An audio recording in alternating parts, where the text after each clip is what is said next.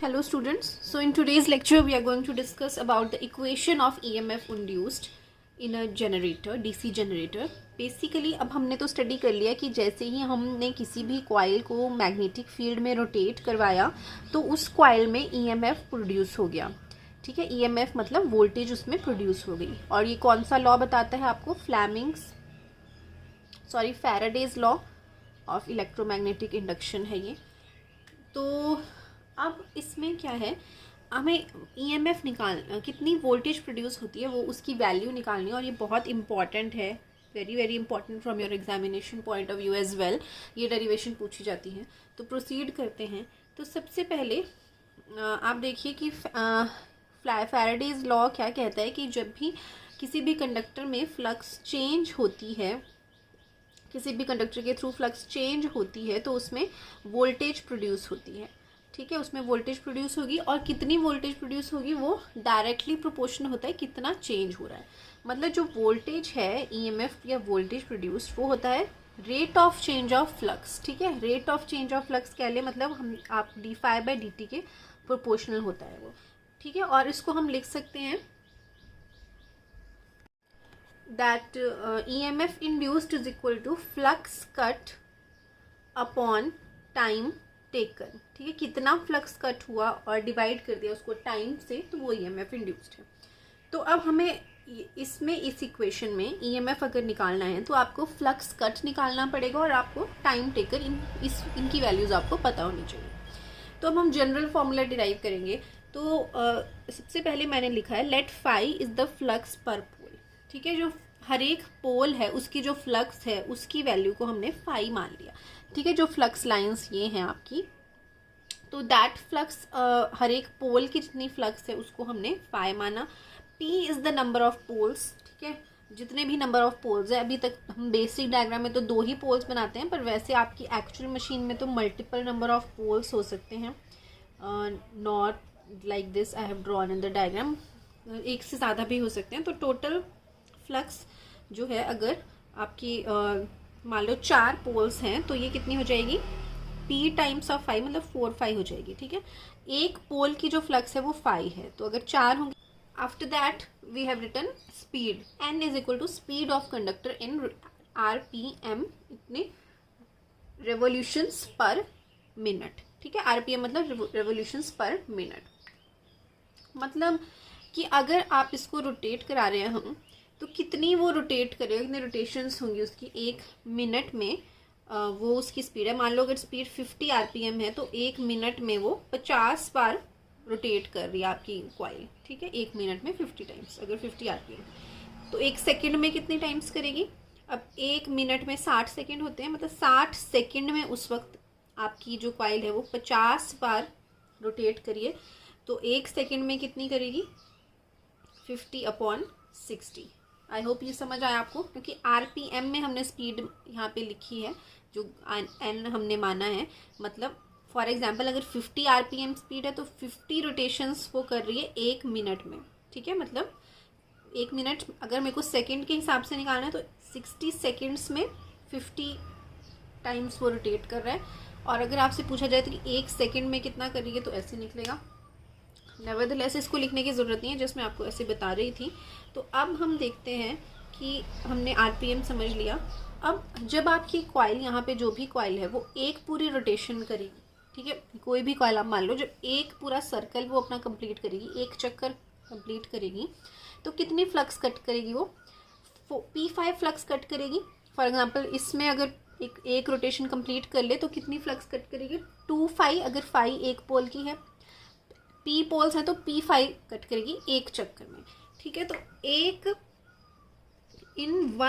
Revolution में flux cut is equal to कितनी flux cut हो रही है? P5. ठीक है, P5 फ्लक्स कट हो रही है एक पूरे रोटेशन में. अब हमें फ्लक्स कट पता चल गया. ये साइड में आपको ऐसे बता रही हूँ मैं, इसको मत लिखना है, this is your main derivation. ठीक है, ये जस्ट फॉर एक्सप्लेनिंग यू. तो इसमें अगर मैं पुट कर दूंगी तो फ्लक्स कट कितना हो जाएगा? P5. ठीक है, अब आपको टाइम निकालना है, टाइम टेकन.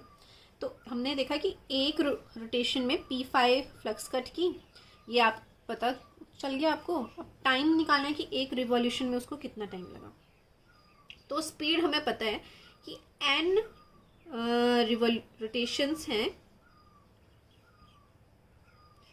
पर मिनट। 1 मिनट में n टाइम्स रोटेट करिए कॉइल, तो एक रोटेशन को कितना टाइम लगेगा वो देखना है हमने। मतलब n रोटेशंस हो रही हैं आपकी, n रोटेशंस इन 1 मिनट, मतलब 60 सेकेंड्स। 60 सेकेंड्स में n टाइम्स रोटेट कर रही है आपकी कॉइल, ठीक है। तो एक रोटेशन को कितना टाइम लगेगा, 1 rotation is equal to 60/n हो जाएगा, ठीक है, यूनिटरी मेथड से। तो एक रोटेशन का टाइम निकल गया 60/n।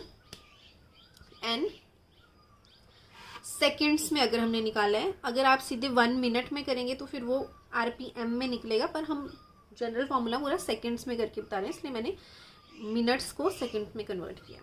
तो अगर मैं इसमें पुट करूँगी तो क्या आएगा, P5 टाइम कितना हो जाएगा, 60/n। तो इतना आपका होगा एक रोटेशन के लिए EMF जनरेट। तो इसको मैं साफ साफ लिखते हैं। अब हम यहाँ तक नोट कर लिए कि 1 रोटेशन को कितना टाइम लग रहा है। तो अब हम देखते हैं EMF induced flux cut upon time taken. तो फ्लक्स कट कितना किया एक रोटेशन में, P5, और एक रोटेशन को टाइम कितना लगा, 60/n, यहाँ से जो हमने देखा। तो दिस इज योर फॉर्मूला, ठीक है। ये EMF इंड्यूस हो रहा है आपके कंडक्टर में। आफ्टर दैट ये तो हमने इक्वेशन निकाली एक कंडक्टर में, एक कंडक्टर में इतना आपका EMF प्रोड्यूस हुआ। अब हमें टोटल देखना है कि पूरी वाइंडिंग में कितना वोल्टेज प्रोड्यूस होगी। तो उसके लिए हम एज्यूम करेंगे सबसे पहले कि let us assume that Z is the total number of conductors and A are the number of parallel paths. मतलब कि अगर मान लो this is 1 conductor, this is second conductor, and ये ऐसे नंबर ऑफ पैरेलल पाथ्स हैं, parallel में है 3 लाइंस, ठीक है। तो टोटल नंबर ऑफ इसमें कंडक्टर कितने हो गए, ये 1 2 3 4 5 6, ठीक है। टोटल 6 कंडक्टर्स हैं इधर इस डायग्राम में। ये जस्ट आपको ऐसे ही बता रही हूँ मैं एग्जांपल के लिए। और टोटल पैरेलल पाथ्स कितने हैं इधर, 3 पैरेलल पाथ हैं, तो 3 आपके पैरेलल पाथ हैं। तो हर एक पैरेलल पाथ में कितने कंडक्टर्स हुए, ठीक है। Total number of conductors divided by parallel path, 6/3, 2 conductor, ठीक है। तो वैसे ही अगर Z total number of conductors हैं, टोटल नंबर ऑफ कंडक्टर्स जो सभी वाइंडिंग्स में है वो Z है, और A number of parallel paths हैं, ठीक है। तो हर एक पैरेलल पाथ में कितने कंडक्टर होंगे, Z/A, ठीक है। हर एक पैरेलल पाथ में Z/A। तो टोटल EMF इंड्यूस्ड जो है वो EMF induced in each parallel path होता है, ठीक है। मतलब अगर पूरी मशीन में कितने नंबर ऑफ पैरेलल पाथ्स होते हैं वो हम आगे पढ़ेंगे कैसी कंस्ट्रक्शन होती है। तो बेसिकली अलग अलग नंबर ऑफ पैरेलल पाथ्स होते हैं। तो और हर एक पैरेलल पाथ में कंडक्टर होते हैं। तो टोटल कंडक्टर्स हमने Z मान लिया और पैरेलल पाथ A मान लिए, तो टोटल हर एक पैरेलल पाथ में कंडक्टर्स निकाल लिए। तो एक पैरेलल पाथ में जितनी वोल्टेज, हर एक पैरेलल पाथ में बराबर ही वोल्टेज, मतलब टोटल जो वोल्टेज है वो हर एक पैरेलल पाथ के बराबर होती है, ठीक है। क्योंकि हर एक पैरेलल पाथ जो है वो एक दूसरे के पैरेलल में है कनेक्टेड, तो जितनी वोल्टेज इसमें जनरेट होगी उतनी ही इसमें होगी और उतनी ही तीसरे पैरेलल पाथ में होगी, या जितने n नंबर हैं। तो टोटल जो वोल्टेज है वो सेम रहती है, ठीक है। पैरेलल में वोल्टेज सेम रहती है, तो आप एक पैरेलल पाथ की निकाल दो, वही आपकी टोटल वोल्टेज हो जाएगी। तो एक पैरेलल पाथ में कितने नंबर ऑफ कंडक्टर्स है, Z/A। तो ये एक कंडक्टर में इतनी वोल्टेज प्रोड्यूस हो रही है, तो Z/A कंडक्टर्स में कितनी होगी, Z/A से इसको मल्टीप्लाई कर दिया हमने इक्वेशन को, तो आपकी कितनी आई है, NP5Z/A, ठीक है। जो मेन आपने हमारी थी एक कंडक्टर में, उससे आपने नंबर ऑफ कंडक्टर्स को मल्टीप्लाई कर दिया, तो ये आपकी फाइनल इक्वेशन बनी। तो ये इसके ऊपर आपके न्यूमेरिकल्स भी आते हैं, तो मैं आपको न्यूमेरिकल दूंगी अटेम्प्ट करने का। और नंबर ऑफ फैक्टर्स देखो आप किस किस पे डिपेंड कर रहे हैं। अगर हम फ्लक्स चेंज कर दें, ठीक है, अगर मैंने फ्लक्स इंक्रीज कर दी तो EMF इंक्रीज हो जाएगा, या तो अगर आपने स्पीड बढ़ा दी, अगर मैंने ज़्यादा तेज़ी से उसको रोटेट करवाया तो भी ज़्यादा वोल्टेज प्रोड्यूस होगी। मशीन के नंबर ऑफ पोल्स अगर आप बढ़ा दोगे तो भी, नंबर ऑफ कंडक्टर्स बढ़ा दोगे तो भी आपकी इंक्रीज हो जाएगा। तो ये आपका फैक्टर्स हैं जिनके ऊपर आपकी वोल्टेज जनरेट हो रही, डिपेंड करी है, सॉरी। सो आपने इसको स्टडी करना है अच्छे से, और ये आपकी बहुत इंपॉर्टेंट डेरिवेशन है, और इसके ऊपर न्यूमेरिकल्स भी आ सकते हैं। Now we will attempt the numericals and I will give you numericals for practice as well. Thank you.